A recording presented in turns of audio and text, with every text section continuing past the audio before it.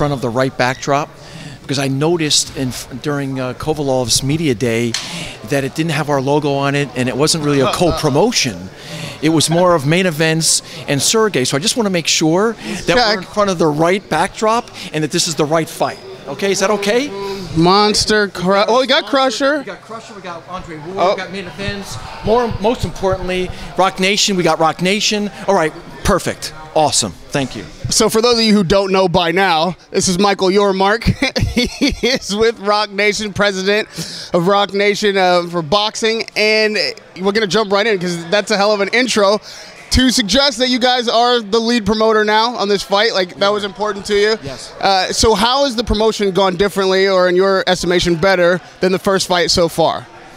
Well, listen, you know, to be totally transparent, you know, we really haven't seen much of main events. You know, obviously Kathy has talked a lot about her 39 years of experience in the boxing space, which is a lot more than we have. For whatever reason, she has decided to take a step back and really not contribute to the overall success of the promotion. But quite frankly, that's okay. You know, Rock Nation is the lead promoter. You know, we've worked very, very closely with Andre, who's done a magnificent job of promoting this fight. He's done everything that we've asked him to do. We at Rock Nation have worked very, very hard to make sure that this event coming up on June 17th will be a spectacular event, not only in Las Vegas, but also for those people that purchase the pay-per-view. And that's really what our focus has been. We have to control the controllables. That's what we're doing.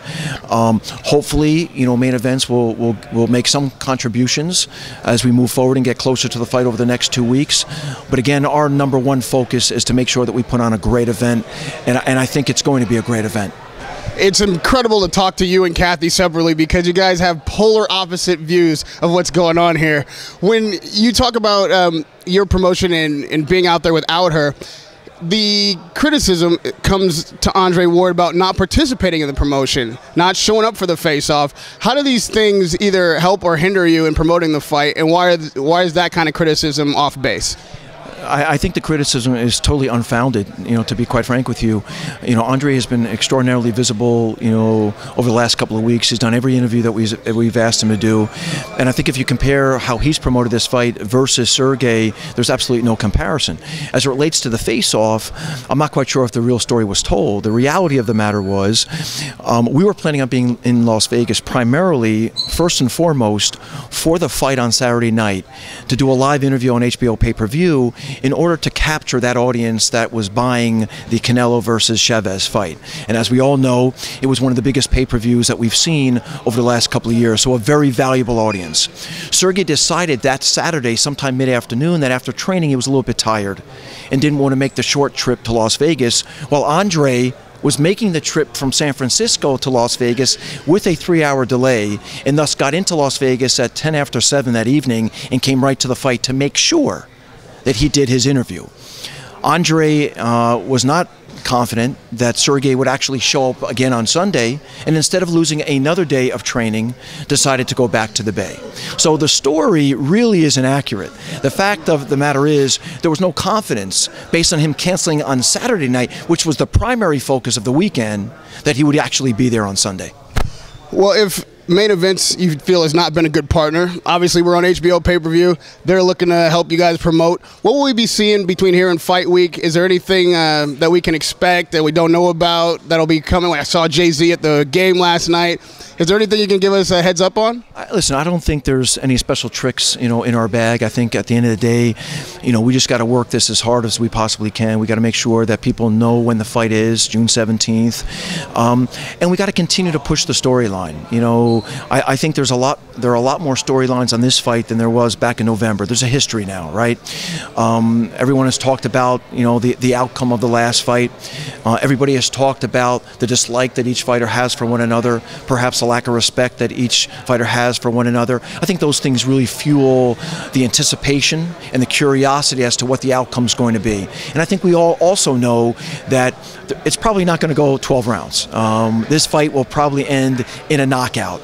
I think there's that much animosity between the fighters that no one is going to want it to go the distance. So I think all those things combined with a major push over the next 2 weeks will make this fight very, very visible and ultimately lead us to the success that we anticipate. I asked Kathy about this, and when I mentioned a third fight, a rubber match possibility, because you said this won't go probably to the cards. I would think on the cards maybe this time you may be leery because a third fight, of course, is more money for everybody. Some people thought Sergey won that first fight, and maybe they're trying to correct themselves. So if we do end up with two fighters, one each having a win, are you guys looking for a third fight? And she seems like that's something they're not interested in. Is that something that Rock Nation would be trying to make? I think her comments, if I read them and heard them correctly, was absolutely not. I think she likened it to having another baby. Exactly. She seems to be very passionate about it. Listen, we're not getting ahead of ourselves. You know, our focus right now is on June 17th, just like our focus back in November was on the November fight. If we're successful as we anticipate we will be on June 17th, then we'll sit down with Andre and his team and discuss what's next. Whether it's the trilogy, whether it's fighting another opponent, we haven't even considered it, we haven't thought about it, we haven't discussed it. Our 100% focus right now is on the next fight. Well, just a couple of days ago, I also ran into Miguel Cotto, a former client of yours, and he was with Golden Boy. It seemed odd to me because last time I talked to you guys, we were trying to put a Cotto fight together. This was very unexpected for most boxing fans. Can you explain to us how Cotto got out of the camp and why you haven't continued the relationship? Don't want to go into real details. The only thing I would say is that, you know, listen, we parted as friends. We respect Miguel tremendously. We respect Brian and Hector, you know, his two partners. They're great people. They remain friends, and we only wish them the very best of luck.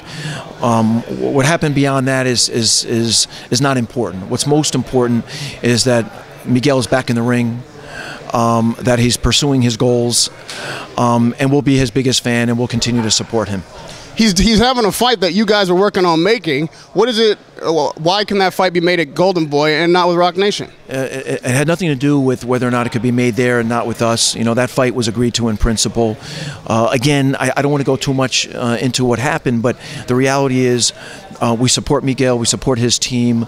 We're excited that he's back in the ring, and we're going to be his biggest fans. And lastly, obviously Rock Nation is looking to build their stable. Nobody likes to see a fighter go. Who are you looking at to embolden your stable here? Like, what kind of fighters are you looking to sign? How does Rock Nation stay in the game and stay relevant? We're not, listen, you know, our goal isn't to continue to add more and more fighters. If you look at our roster today, we've got some great young fighters. We've got, you know, 3 fighters, you know, on the pay-per-view undercard. We got Rigondeaux, obviously. We've got Luis Arias, an up-and-coming fighter, a great young fighter. We've got Andre Ward. So, you know, we've got some great talent, and we've got some great depth, you know, within Rock Nation Boxing. We're focused on those fighters right now. We're focused on building their careers. For us, it's not about being the biggest. It's about being the best and servicing and promoting our fighters the right way, and that's what our focus is right now. A lot of people consider Rigondeaux one of the best and has had one of the hardest times getting fights, certainly main event fights on HBO, in fact.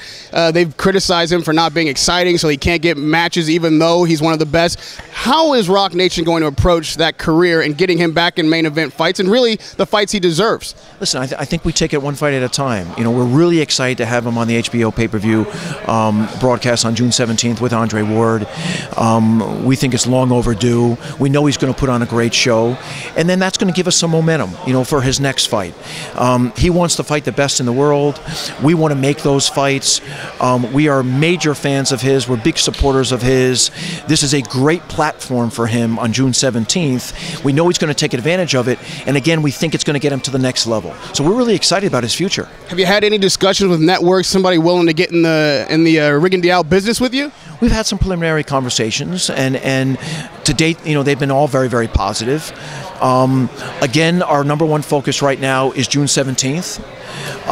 Let him put on a great show, and then afterwards we'll continue to talk about, you know, future fights and future opportunities. Well, good luck on a great show June 17th, which also happens to be my birthday. Radio Raheem with Michael Yormark. Thank you. Thank you.